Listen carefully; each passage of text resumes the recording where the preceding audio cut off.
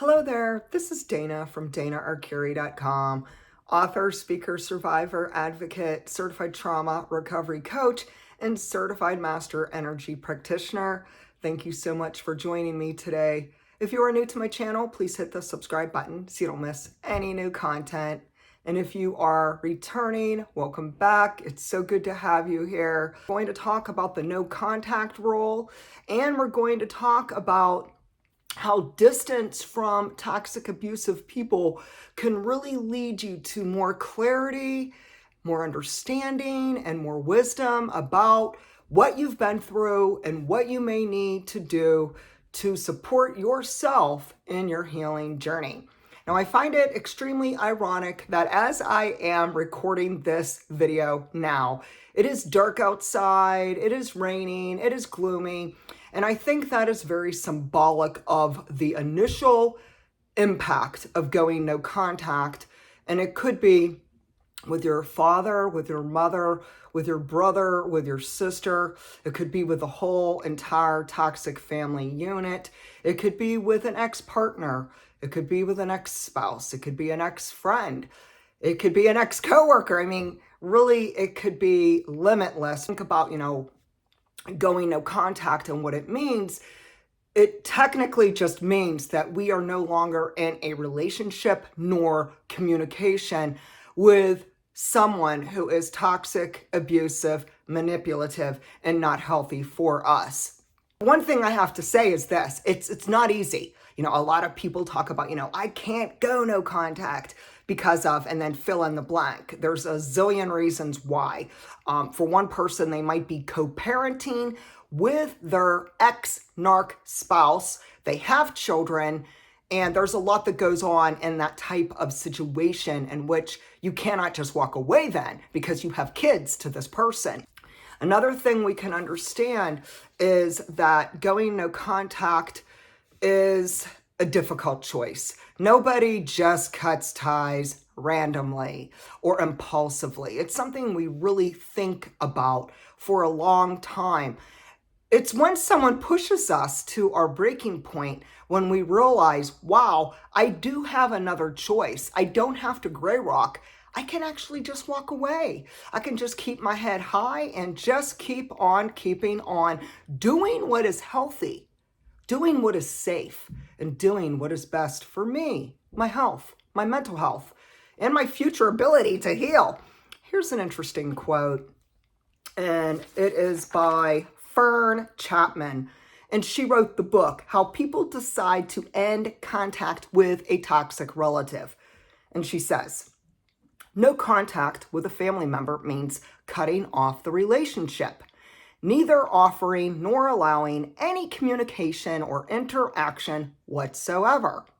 It is a decisive step taken to end physical, psychological, or emotional suffering at the hands of an abusive sibling or other family member. As a tactic to protect oneself from continual hurt, it is generally the last resort.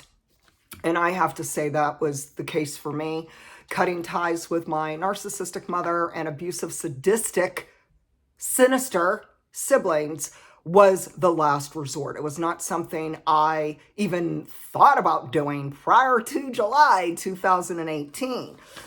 If we want to talk about what are the steps for the no contact rule, like what is involved, all the dynamics, here we go. The no contact rule means there is zero contact between you and this other person, and this is online and face-to-face. No phone calls, no text messaging, no sending emails, social media, no attending social events when you know that they will be present. And that means you're not attending the graduation parties, the holiday functions, the gatherings, the bridal showers, etc., etc. Next is there are no letters, there are no cards, there are no gifts, no checking their social media profile, no spying on them. Go cold turkey. When you cut ties, cut them off permanently. And that it means deleting their pictures on your cell phone because you don't want to be re-triggered. If you keep scrolling through and going back into like, oh, I'm going to go down memory lane, it could trigger you, because just because at one time someone may have been kind to you, nice to you, it does not diminish the abuse and trauma they put you through. And you have to remember, why did you go no contact to begin with? Always go back to that, because that's your reminder on why you are not in a relationship with these toxic people anymore. Next for the no contact rule is do not contact their family members, their friends, their coworkers, etc., etc. No communication at all. Really, that is what it all comes down to. And I'm going to end with this quote about detoxing from these very abusive people. This quote is by Delaney Jessica Kay, and she says, "You are going to detox. No contact is your rehab center. This will bring you back to life and heal you. It will detox you of all the toxicity of the dysfunctional family. It's like a cleansing fire.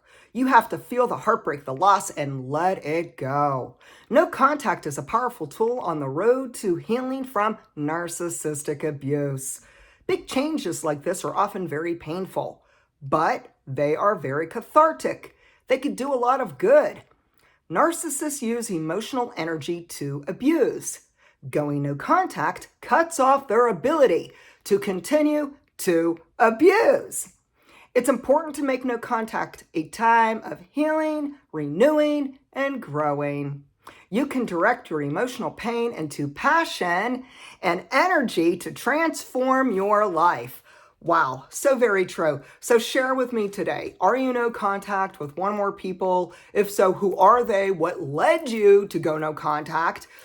Do you have any questions about no contact? And if you need any emotional support, I am a certified trauma recovery coach. You can reach out to me for support at danaarcuri.com. Like this video, subscribe to my channel, and have a wonderful and healthy day. Bye-bye.